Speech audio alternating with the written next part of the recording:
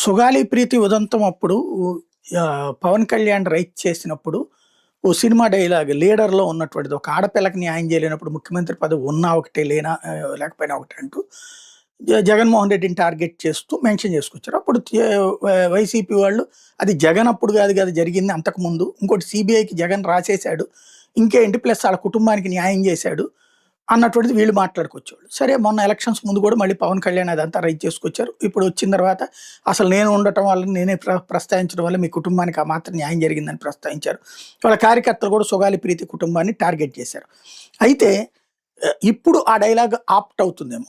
ఒక ఆడపిల్లకి న్యాయం చేయలేనటువంటప్పుడు పదవుల్లో ఉండి ప్రయోజనం ఏంటనంటే జనసేన ఎమ్మెల్యే చేసినటువంటిది అనైతిక ప్రవర్తన ప్లస్ అది లైంగిక వివాహేతర సంబంధం. అమ్మాయికితో చేసినటువంటిది. అతనిని కేవలం పక్కన కూర్చోమన్నారు. ఎంక్వైరీ కమిటీ ఏసారు. అది వారం దాటిపోయింది. ఆ యాక్షన్ ఏంటో తెలీదు. ఇంకో పక్కన అమ్మాయి మీద నాన్ బెయిలబుల్ కేసు పెట్టారు. ఆయన మీద నాన్ బెయిలబుల్ కేసు పెట్టాల్సింది అమ్మాయి మీద నాన్ బెయిలబుల్ కేసు పెట్టారు. అమ్మాయి రోజుకి కొన్ని ఆధారాలు చూపించింది.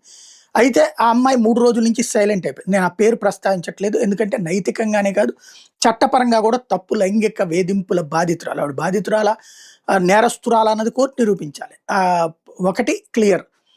ఇష్టపూర్వకంగానే అమ్మాయి కూడా వెళ్ళిందంటే కాదు, బెదిరించని అమ్మాయి చెప్తుంది. అది కాదా అవునా అన్నటువంటిది కోర్టు తేల్చాలి. అది పక్కన పెడితే అమ్మాయి 3, 4 రోజుల నుంచి ఏ వీడియోలు రిలీజ్ చేయట్లేదు, సైలెంట్ అయిపోయింది. ఇంకో పక్కన అమ్మాయి ప్రభుత్వ ఉద్యోగాన్ని కూడా తీసేసేటటువంటి దిశగా అడుగులు పడుతున్నాయి. అందుకని నేను సైలెంట్ అయిపోయింది, అట్నుంచి బెదరేశారు అన్నటువంటి ప్రచారాన్ని వైసీపీ చేస్తుంది. ఎంతవరకు వాస్తవం తేలాల్సి ఉంది.